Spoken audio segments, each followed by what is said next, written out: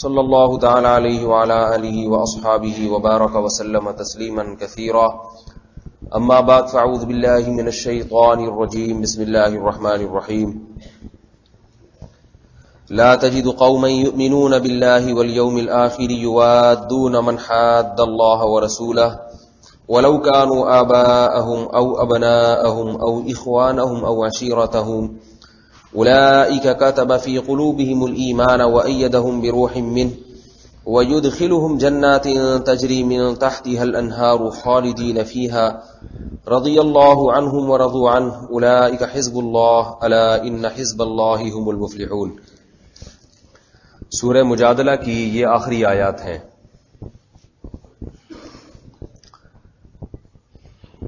فرمایا لا تجد قوما يؤمنون بالله واليوم الآخر،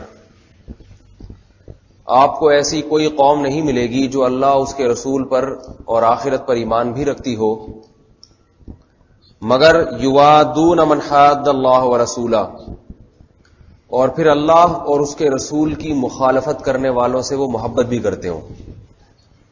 ایسا نہیں ہو سکتا۔ ان آیات میں بتایا ہے کہ جس کے دل میں اللہ پر اور آخرت کے دن پر ایمان ہے تو وہ اللہ اور اس کے رسول کی مخالفت کرنے والوں سے محبت نہیں رکھ سکتا۔ وَلَوْ كَانُوا آبَاءَهُمْ، مخالفت کرنے والے، دشمنی رکھنے والے اگرچہ ان کے باپ دادا کیوں نہ ہوں، او ابناءہم، ان کی اولادیں کیوں نہ ہوں، او اخوانہم، ان کے بھائی اور دوست کیوں نہ ہوں، او عشیرتہم، ان کے خاندان کیوں نہ ہوں۔ یہ آیت اصل میں تو ان منافقین کے بارے میں ہے جو مسلمانوں کو چھوڑ کے کفار سے دوستیاں لگاتے تھے، اور اس کی اولین مصداق آج ہماری حکومتیں ہیں۔ امریکہ سے اور کفر کی طاقتوں سے دوستی اور اپنے مسلمانوں سے دشمنی۔ لیکن دوسرے درجے میں ان آیات میں وہ لوگ بھی داخل ہیں جو اپنے رشتہ داروں کو خوش کرنے کے لیے اللہ کو ناراض کر دیتے۔ یہ بہت بڑا مرض ہے آج ہمارے معاشرے میں، اس سے دیندار بھی بچے ہوئے نہیں ہیں۔ جہاں رشتہ داری کی بات آئے گی انسان وہاں ہتھیار ڈال دیتا ہے۔ شادی بیاہ کی رسومات آپ دیکھ لیں، میں اس پہ تو بڑی تفصیل سے بات کرتا رہتا ہوں۔ دیکھیں بعض چیزوں میں تو مجبوری ہے، وہاں شریعت نے اجازت دی ہے۔ جہیز ایک بری رسم ہے، مگر باپ کی مجبوری ہے بیٹی کو دینا، نہیں دے گا تو نقصان ہوگا۔ بارات کا کھانا، بارات بری رسم ہے، مگر لڑکی والے مجبور ہیں، نہیں کھلائیں تو تانے ملتے ہیں۔ لیکن شرکت کرنے والے کو کیا مجبوری ہے؟ دولہا دلہن کی تو مجبوری سمجھ میں آتی ہے، اس کی تو شادی ہے، وہ نہیں جائے گا تو کیا ہوگا، وہ تو پھر شادی رہ جائے گی۔ شرکت کرنے والے کو کوئی مجبوری نہیں ہے، لیکن لوگ رشتہ داری کو خوش کرنے کے لیے شرکت بھی کرتے ہیں۔ یہ بہت اہم مسئلہ ہے، یاد رکھیں۔ آج اللہ اس کے رسول کی ناراضی وہ انسان برداشت کر لیتا ہے، مگر رشتہ داروں کی ناراضی کو برداشت نہیں کر پاتا۔ خواتین میں اس کا سب سے بڑا مظاہرہ بے پردگی۔ کتنی خواتین ہیں پردہ نہیں کرتی؟ کیوں نہیں کرتی؟ دیور ناراض ہوگا، اور چچا زاد پھوپھی زاد بھائی ناراض ہو جائیں گے، بلکہ آج کل تو ماں باپ ناراض ہو جاتے ہیں بیٹی اگر شرعی پردہ کر لے۔ اللہ نے فرمایا کہ اللہ اس کے رسول کے دشمنوں کی بات نہ مانو، اگرچہ یہ مخالفت کرنے والے تمہارے باپ دادا کیوں نہ ہوں، تمہارے سگے بھائی کیوں نہ ہو، تمہارا سگا خاندان کیوں نہ ہو۔ ان کی اہمیت اللہ اس کے رسول سے زیادہ نہیں ہے۔ فرمایا اگر تم آخرت پر ایمان رکھتے ہو، تمہیں پتا ہے کہ جنت جہنم برحق ہے، آخرت میں اللہ اعمال کا حساب و کتاب لے گا، تو پھر تم یہ کام نہیں کر سکتے۔ اگر تردد ہے، پتہ نہیں آخرت ہوگی یا نہیں ہوگی، جنت جہنم برحق ہے یا نہیں ہے، تردد ہے تو پھر میرے بھائی شک اور شبے میں انسان قربانی نہیں دے پاتا. جس قربانی پہ بدلے کا یقین نہ ہو وہ قربانی کون قربانی دیتا ہے اس کے لیے؟ تو فرمایا ایسے لوگ وہ جو قربانی دینے والے ہیں، رشتہ داروں کی قربانی دینے والے لوگ، فرمایا اولئک کتب فی قلوبہم الایمان، یہ وہ لوگ ہیں جن کے دلوں میں اللہ نے ایمان کو لکھ دیا ہے. یہ ہیں اصل لوگ جن کے دلوں میں ایمان اللہ نے پیوست کر دیا ہے. وَأَيَّدَهُمْ بِرُوحٍ مِّنْهُ، اور اللہ اپنی روح کے ذریعے ان کو طاقت دے گا. روح سے مراد ہے جبریل علیہ الصلوۃ والسلام. جبریل علیہ الصلوۃ والسلام کا لقب قرآن میں روح الامین بھی ہے، روح القدس بھی ہے. تو جبریل علیہ الصلوۃ والسلام وہ لوگ جو دین پر مضبوطی دکھاتے ہیں اور رشتہ داروں کی بات دین کے معاملے میں تسلیم نہیں کرتے، چونکہ سارا خاندان مخالفت کرتا ہے، سارا محلہ بائیکاٹ کرتا ہے، ہر طرف سے تانے ملتے ہیں کہ یہ کیا ہو گیا، ان کا دماغ خراب ہو گیا، یہ جناب پرانے زمانے کے لوگ ہیں، یہ تو معاشرے کے ساتھ چلنا نہیں جانتے. تو انسان کو تکلیف ہوتی ہے، انسان حوصلہ ہارتا ہے. اللہ فرماتے ہیں تم مضبوطی دکھاؤ تو اللہ فرشتے تمہارے دلوں پہ نازل کرے گا، جو فرشتے تمہارے دلوں کو عزم اور تسلی دیں گے اور دین پر قائم رکھنے کی تمہیں کوشش کریں گے. معمولی فرشتے نہیں، جبریل امین، جبریل وہ فرشتے جو انبیاء پر وحی لے کر آیا کرتے تھے، ان فرشتوں کے ذریعے اللہ تمہارے دلوں کو طاقت دے گا. اور فرمایا وَيُدْخِلُهُمْ جَنَّاتٍ، تھوڑا سا صبر سے کام لے لو. اس صبر کا نتیجہ کیا ملے گا؟ دیکھیں تھوڑا سا صبر کر لینا انسان. ایک شاعر نے بڑی پیاری بات کہی ہے، الصبر مثل اسمہ مر مذاقتہ لیکن عواقبہ احلی من العسل. صبر عربی میں صبر اصل میں کڑوے پھل ہوتا تھا، ایک درخت ہوتا ہے اس کا پھل بہت ہی کڑوا، اس لیے مصیبت پہ صبر کرنے کو عربی میں صبر کہتے ہیں، کیونکہ وہ بھی کڑوی، صبر کرنا کڑوا کام ہے نا، کڑوا پھل ہے اس کا. جیسے کوئی نیم کے پتے چبائے کتنی مصیبت ہوگی، تو ایسے ہی اپنے آپ کو باندھ لینا، گناہ سے اپنے آپ کو روک لینا. معاشرے اور تقریبات میں جانے کا دل کرتا ہے، آج کل ناجائز تقریبات ہوتی ہیں، تصویریں کھنچ رہی ہیں، مردوں عورتوں کا اختلاط ہے، مرد بھی پہنچتے ہیں، خواتین بھی پہنچتی ہیں، ہر آدمی کا دل کرتا ہے جاؤں، اور نہیں جاؤ تو رشتہ داروں کی طرف سے تانے ملتے ہیں، بھائی ناراض ہو جائے گا، بہن ناراض ہو جائے گی، چچا ناراض ہو جائے گا، پھوپھا ناراض ہو جائے گا. تو وہاں بریک لگانا اپنے آپ کو مشکل کام ہوتا ہے، اس لیے اس کو کہتے ہیں صبر. تو شاعر نے کہا صبر جو ہے نا، جیسے صبر کا نام ہے ویسے ہی اس کا ذائقہ بہت کڑوا ہے، روکنا پڑتا ہے اس میں اپنے آپ کو. لیکن عواقبہ احلی من العسل، کہتے لیکن اس کا انجام شہد سے زیادہ میٹھا ہے. آپ دنیا کے معاملات میں بھی دیکھ لیں، جو لوگ اسکول میں کالج میں محنت کرتے ہیں، تکلیف ہوتی ہے نا، ہر نوجوان کا دل کرتا ہے سارا دن کھیل کود میں مشغول رہوں، یہی دل کرتا ہے نا. لیکن کچھ ایسے ہیں جو سارا دن کھیلتے رہتے ہیں، کچھ ایسے ہیں جو تھوڑا سا صبر کر کے پڑھ لکھ لیتے ہیں، تو بعد میں وہ کتنا فائدہ اٹھاتے ہیں تھوڑے دن کی محنت سے. بڑی بڑی ملازمتیں ملتی ہیں، اونچے اونچے عہدوں پہ چلے جاتے ہیں، اور جو کھیل رہا تھا وہ بیچارہ کھیلتا ہی رہتا ہے. کئی ہمارے علم میں ایسے نوجوان ہیں، ایک نوجوان تو ہمیں یاد ہے وہ بیچارہ کھیلتا ہی رہتا تھا سارا دن. جب اس نے دیکھا نا اس کے ساتھ کے لوگ کوئی سی اے کر رہا ہے، کوئی ڈاکٹر بن رہا ہے، تو وہ بڑی حسرت سے کہتا تھا کاش میں بھی کچھ پڑھ لیتا. بے روزگار کبھی ادھر کبھی ادھر، کبھی مزدوری کر رہا ہے، کبھی بیچارہ وہ بار بار کہتا کاش میں یہ کر لیتا، کاش میں کہتا اب کیا ہوتا ہے بھائی، کچھ بھی نہیں، گزارا کرو. تو تھوڑی جو دنیا میں صبر کرتے ہیں تو دنیا میں ان کو اللہ تعالیٰ میٹھا نتیجہ عطا فرماتے ہیں، تھوڑی محنت پہ زیادہ عطا فرماتے ہیں. تو آخرت کی جو محنت کرے گا، دیکھیں حافظ 2 سال محنت کرتا ہے، 2-2.5 سال بڑی مشکل سے یاد کر لیتا ہے، پھر سارا سال محنت نہیں ساری زندگی محنت نہیں کرنی پڑتی. ایک چیز اس کے سینے میں ہمیشہ کے لیے محفوظ ہو گئی. ایک عام آدمی جب ایک پارہ تلاوت کرے گا 1 گھنٹہ لگا دیتا ہے، حافظ زبانی پڑھتا چلا جاتا ہے. بس میں بیٹھے گا 1 پارہ. ہمارے ایک ساتھی ہمارے ساتھ سفر کیا، انہوں نے پشاور کی طرف، تو حافظ تھے، تو پشاور پہنچنے میں انہوں نے 1 قرآن ختم کر دیا بیٹھے بیٹھے. اب عامی آدمی یہ کر سکتا ہے؟ یہ میٹھا پھل کون کھا رہا ہے؟ جس نے 2-2.5 سال حفظ قرآن میں محنت کر لی ہو. جو عالم بنتے ہیں 8-9 سال محنت کر لیتے ہیں.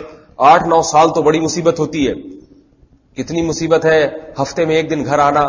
ہمیں یاد ہے اتنی سخت پریشانی میں ہم لوگ مبتلا ہوتے تھے.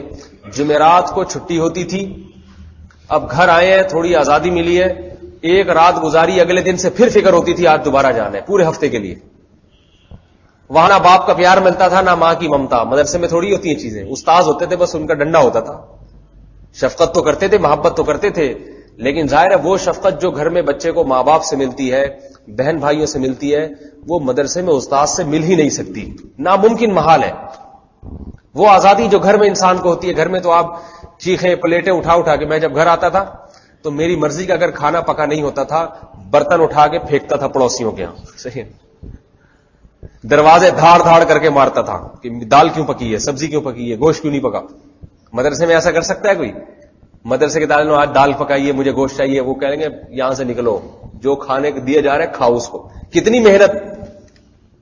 گھر میں انسان چیختا بھی ہے, چلاتا بھی ہے, ماں باپ پھر بھی گود میں اٹھاتے ہیں, پیار کرتے ہیں, اور 50 روپے 10 روپے نکال کے دیتے جا چیز لے لے دکان سے. مدرسوں میں نہیں ہوتا. تو 8 سال محنت کی, 9 سال 10 سال جتنے بھی مقدر تھا علم میں, تو اس کا صلہ ٹوٹا پھوٹا اللہ نے دے دیا. ٹوٹا پھوٹا, جتنی ٹوٹی پھوٹی محنت تھی ویسا اللہ نے, لیکن جتنی محنت تھی اس سے کئی گنا زیادہ صلہ ملتا ہے انسان. جو علم حاصل کرتے ہیں پختگی کے ساتھ, محنت کے ساتھ, ساری زندگی ان کی عزت ہوتی ہے, ساری زندگی آخرت بھی بنتی ہے اور دنیا بھی بنتی ہے. کتنے بڑے بڑے علماء دنیا سے گئے تو کروڑوں لاکھوں لوگ ان کے چارپائی کو کندھا دینے والے لوگ. ہمارے شیخ مفتی رشید احمد صاحب رحمۃ اللہ علیہ ایک دیہات میں پیدا ہوئے, مگر جنازہ بغیر اعلان کے جنازہ ہوا تو جگہ نہیں تھی پاؤں رکھنے کی, اتنے لوگ. وہ کیا, وہ 8-9 سال کی محنت جو علم میں انہوں نے کھپائی ہے. تو اللہ تعالیٰ تھوڑی محنت پہ بہت زیادہ انسان کو نوازتے ہیں. محنت نہ کرے تو وقت برباد ہو رہا ہے, وقتی مزے حاصل ہوتے ہیں. رابعہ بصریہ رحمہ اللہ تعالیٰ کا نام تو سنا ہے نا, بڑی عابدہ زاہدہ تھی. انہوں نے ایک بڑی عجیب بات کہی ہے, اور انہوں نے لکھا ہے, من تعجل بشیء قبل اوانہ عوقب بحرمانہ. جو کسی چیز کو وقت سے پہلے حاصل کرنے کی کوشش کرتا ہے تو پھر وقت پہ اسے وہ چیز نہیں ملتی. ہم چاہتے ہیں ابھی سارے مزے اڑا لیں تو مستقبل پھر تاریک ہو جاتا ہے. یہ خوب یاد رکھو, دنیا کے اعتبار سے بھی آخرت کے اعتبار سے. اصل مزوں کے لیے اللہ نے جو زیادہ, یہ تو دنیا میں بھی مزے ملتے ہیں جب محنت کرتا ہے, لیکن اصل مزے کب ملیں گے؟ آخرت میں. ہم چاہتے ہیں کہ آخرت میں نہیں, یہیں سارے ہو جائیں. بد نظری بھی کر رہے ہیں, خواتین بے پردہ بازاروں میں گھوم بھی رہی ہیں, اپنی زینت کی نمائش کر رہی ہیں. وہ کہتی ہیں یہ کیا ہے, برقعے اوڑھ کے بیٹھ جائیں, ہاتھوں میں دستانے, نہ کوئی دیکھنے والا ہو, نہ کوئی پسند کرنے والا ہو, نہ کوئی میسج بھیجنے والا ہو, پھر شادی ہو, شوہر ہو, بس یہی کیا شوہر, بس وہ تو ویسے ہی کہیں چھوڑ کے نہیں جا رہا, وہ تو گھر کا ہی ہے. زینت تو دنیا کے سامنے سب سے گپ شپ ہونی چاہیے, ملازمتیں ہونی چاہیے, 10 قسم کے مردوں سے روزانہ بات چیت ہو. آج کل یہ بھی خواتین میں فیشن بن گیا. پھر پردہ کر لیں گے تو یہ بڑی بڑی تقریبات میں اتنے مزے سے نہیں جا سکیں گے جیسے دوسری اور خواتین جاتی ہیں. گھر میں بند ہو جائیں گے, یہ کیا ہے وہ کیا ہے. تو یاد رکھیں اللہ نے ان آیات میں یہی کچھ بتایا کہ صبر کر لو, صبر, تھوڑا سا صبر کر لو. اللہ مزے چھینتا نہیں ہے. اللہ تعالیٰ کہتے ہیں تھوڑے سے مزے لوں گا, چھینوں گا تم سے, اور پھر کئی گنا بڑھا کر دوں گا میں. یہ خواتین بے پردگی کیوں کرتی ہیں؟ اپنا حسن نظر آئے. ٹینشن ہوتی ہے برقعے اوڑھنے میں, بعض کہتی ہیں سانس نہیں آتا, ٹینشن ہوتی ہے. رسول اللہ صلی اللہ علیہ وسلم سے حضرت عائشہ نے پوچھا, نہیں حضرت عائشہ سے کسی نے پوچھا کہ, یا حضرت عائشہ نے اللہ کے نبی سے پوچھا, ابھی مجھے صحیح یاد نہیں آ رہا, یا حضرت عائشہ سے کسی نے پوچھا کہ یہ جنت کی عورتیں جو حوریں ہیں یہ زیادہ خوبصورت ہوں گی یا جنتی جو دنیا کی عورتیں جنت میں جائیں گی؟ جنت کی حوروں کا تو اللہ نے بڑا حسن بیان کیا نا, تو یہ زیادہ خوبصورت ہوں گی یا دنیا کی عورت جو جنت میں جائے گی؟ تو حضرت عائشہ نے فرمایا کہ جو دنیا کی عورتیں جنت میں جائیں گی وہ جنت کی حوروں سے بھی زیادہ خوبصورت ہوں گی. پوچھا گیا ایسا کیوں ہے؟ تو انہوں نے بتایا حضرت عائشہ نے, اس لیے کہ جنت کی حوروں نے روزے نہیں رکھے ہیں, پردہ نہیں کیا ہے, نمازیں نہیں پڑھی ہیں, شریعت کے حکام پر عمل اور قربانیاں دنیا کی عورتوں نے دی ہیں. تو یہ کیسے ممکن ہے کہ اللہ جنت کی حوروں کو مقام اور حسن زیادہ دے دے دنیا کی عورتوں سے؟ یہ ممکن نہیں. یہ دنیا کی جو کالی کلوٹی گھوم رہی ہوتی ہے نا, ٹیڑھی میڑھی آنکھ ناک والی, یہ سب ڈینٹنگ پینٹنگ ہوگی ان کی وہاں جنت میں, صحیح ہے نا. دوبارہ سے ڈیزائن کیا جائے گا, ان کو دوبارہ سے بنایا جائے گا. آج خواتین جو بدصورت خواتین ہوتی ہیں, جن کی صورت ذرا خراب ہوتی ہے, کس قدر حسرت سے دیکھتی ہیں حسین عورتوں کو, کاش ہمارا رنگ بھی گورا ہوتا, ہم جب چھوٹے بچے تھے ہمارے محلے میں ایک بچی تھی بالکل کالی کلوٹی, تو سب اس کی سہیلیاں اس کو چھیڑتی تھیں بہت ہی بیچاری کالی کلوٹی, وہ کبھی فیئر اینڈ لولی لگا رہی ہے, چھوٹی بچی کبھی فیئر اینڈ لولی لگا رہی ہے, کبھی پتہ نہیں کون سے صابن سے نہا رہی ہے, کبھی کون سے صابن سے. وہ یہ سوچتی تھی میرا تو بڑے ہو کے میرا تو مستقبل, اتنی سی بچی کو بھی یہ ایک دماغ میں اس کے بعد بیٹھ گئی.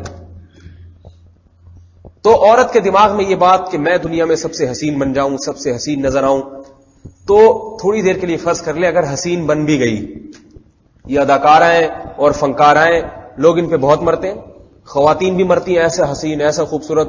آج کل بیوٹی پارلر میں جائیں گھنٹہ گھنٹہ وہ پتہ نہیں ڈسٹمپر کے ڈبے لے کر بیٹھا ہوتا ہے بنانے کے لیے, کالی کو سفید کرنے کے لیے. تو اتنی محنت کے بعد اگر بن بھی گئی تو تاب کہ کب تک, کیا دادی نانی نہیں بنے گی, کیا بڑھاپا نہیں آئے گا؟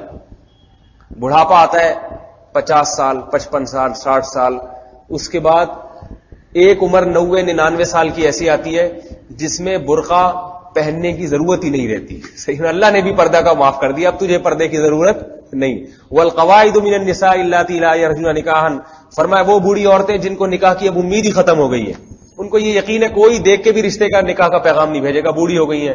فرمایا ان پر کوئی حرج نہیں ہے کہ اپنے جو چہرے کا کپڑا ہے, جو زائد جو اوپر کے اضافی کپڑے ہوتے ہیں اتار دیں, کوئی حرج نہیں.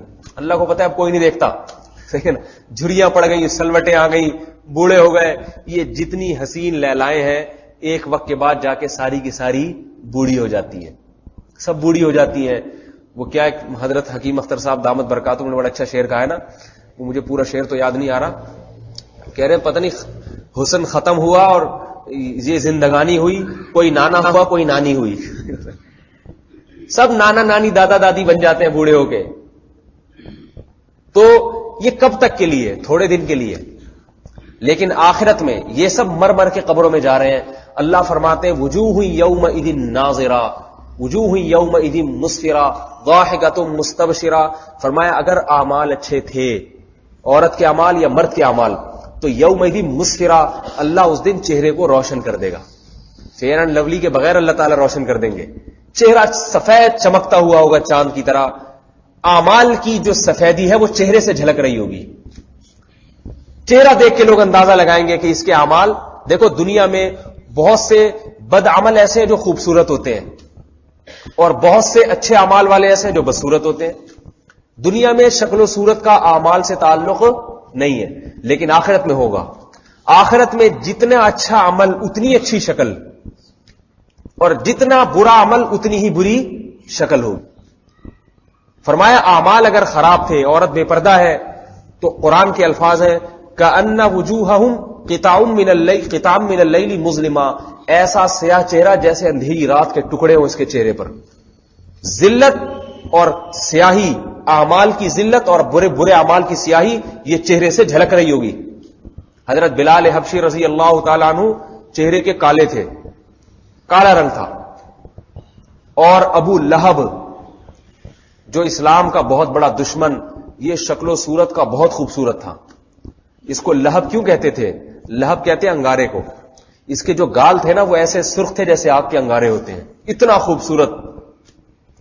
لیکن وہ جہنم کا ایندھن بنے گا, کالا سیاہ ہوگا, اور بلال حبشی ان کا چہرہ سفید ہوگا, اس لیے کہ ان کے اعمال ایسے تھے. تو میرے بھائی جو خواتین یہاں درس میں ہیں ان سے بھی گزارش کروں گا کہ اگر اعمال آپ کے اچھے ہیں, با پردہ, با حیا, آوازیں پست, آج خواتین کی آوازیں اتنی اونچی ہیں, بات ایسے کرتی ہیں جیسے کوئی. دیکھو ایک بات یاد رکھو, اللہ نے مرد اور عورت کو علیحدہ علیحدہ حکام دیے, دونوں کی لائف سٹائل مختلف ہے. بعض چیزیں مردوں پہ زیب دیتی ہیں, خواتین پہ زیب نہیں دیتی, اور بعض خواتین پہ زیب دیتی ہیں, مردوں پہ زیب نہیں دیتی.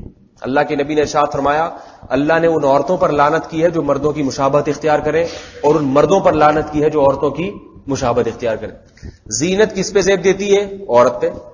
ہمارے علماء نے لکھا ہے کہ خواتین کو زیور استعمال کرنا چاہیے, یہ عورت کی زینت ہے اور فطرت ہے. علماء نے لکھا ہے کہ عورت کے لیے مہندی کا استعمال کرنا یہ شریعت میں حکم ہے اس کا. ایک دفعہ آتا ہے نبی علیہ الصلوۃ والسلام کی نظر کسی عورت کے ہاتھ پہ پڑی تو مہندی نہیں تھی اس کے ہاتھ پہ. آپ علیہ السلام نے فرمایا یہ کسی مرد کا ہاتھ ہے یا عورت کا ہاتھ ہے؟ مطلب یہ کہ عورت کا ہاتھ اور مرد کے ہاتھ میں فرق ہونا چاہیے, وہ زینت مزین ہونا چاہیے, اور مرد کے ہاتھ میں مہندی نہیں ہونی چاہیے, پتہ چلے یہ عورت ہے یہ مرد ہے. تو اسی طرح یاد رکھیں کچھ برائیاں ایسی ہیں جو مردوں کے لیے بھی بری اور عورت کے لیے بھی, لیکن عورت میں وہ زیادہ بری سمجھی جاتی ہیں بنسبت مرد. جھوٹ بولنا یہ مرد میں زیادہ برا ہے, عورت میں بھی برائی ہے جھوٹ, لیکن مرد کی نسبت کم درجے کی ہے. مرد اگر جھوٹ بولتا ہے تو یہ زیادہ بڑا جرم ہے بنسبت عورت کے جھوٹ بولنے کے. خواتین تو گول مول کر دیتی ہیں نا حساب کتاب, جھوٹ وہاں بھی برا یہاں بھی برا, مگر مرد کا جھوٹ بولنا یہ زیادہ برا ہے. بزدلی دونوں میں بری چیز ہے, مگر مرد کا بزدل ہونا, بولو بھائی, یہ زیادہ بری چیز ہے. جہاد سے نفرت بری چیز ہے یا نہیں؟ مرد اگر نفرت کرتا ہے یہ زیادہ بری چیز ہے بنسبت عورت کی, اس لیے کہ عورت کو تو اللہ نے کمزور بنایا ہے. وہ اگر جہاد سے ڈرتی ہے, اپنے شوہر کو جانے نہیں دیتی, عیب ہے یقیناً, برائی ہے, مگر اتنی برائی نہیں. یہ بھی اگر ڈرتا ہے, یہ بھی اگر جناب اللہ کے راستے میں نکلنے سے ڈرتا ہے, تبلیغ کے لیے, جہاد کے لیے, ان چیزوں کے لیے, اور بیوی سے ڈرتا ہے, تو یہ بھی بری چیز ہے. تو بعض چیزیں ایسی ہیں مرد میں وہ برائی ہوگی تو زیادہ برا ہے, عورت میں ہوگی تو کم درجے کی, اور بعض چیزیں ایسی ہیں عورت میں اگر ہوں گی تو وہ زیادہ درجے کی برائی ہے بنسبت مرد کے. بے حیا ہونا یہ مرد میں بھی بری چیز ہے, عورت میں بھی, مگر عورت اگر بے حیا ہے تو وہ مرد کی نسبت اس کو سزا زیادہ ملے گی, اس لیے کہ اللہ نے عورت کی فطرت میں حیا رکھی ہے. مرد عام طور پر اتنے حیا والے نہیں ہوتے. کیوں نہیں ہوتے؟ اللہ نے ان کے ذمے کام ایسے لگے, اگر شرمیلے ہو جائے نا تو کام نہیں کر سکیں گے وہ. اب شرمیلا ہے, ڈانٹ ہی نہیں رہا اپنے ملازم کو دفتر میں, شرم آ رہی ہے ڈانٹتے ہوئے, تو چلے گا؟ شرمیلے اتنے ہیں کہ جناب کوئی لڑنے کے لیے آ جائے تو شرم سے نگاہیں جھک جاتی ہیں. تو یہ شرمیلے دنیا کے کاموں میں جو اللہ نے مردوں کے ذمے کام لگائے ہیں ان میں گالیاں بھی دینی پڑتی ہیں بعض دفعہ. یہ ہمارے ایک رشتے دار تھے, وہ کنٹینر کا کام شروع کیا انہوں نے, ٹرک اڈے میں کنٹینر خریدا, تو کسی نے ان سے کہا بھائی آپ یہ کام نہیں کر سکتے. کہا کیوں بھائی؟ کہا یہ کام بے شرم لوگوں کا ہے. کہا بھی کیوں بھائی؟ کہا اس کے لیے ڈرائیوروں کو موٹی موٹی گالیاں دینی پڑتی ہیں, پھر وہ چلتے ہیں ٹائم پہ, سودا اٹھا کے لائیں گے, ٹائم پہ مال پہنچائیں گے. آپ گالی دینا جانتے نہیں ہو تو یہ لیجیے کیجیے اور یہ لائیے کہ یہ کنٹینر ٹھیک 12:35 پر پشاور پہنچائیے, اس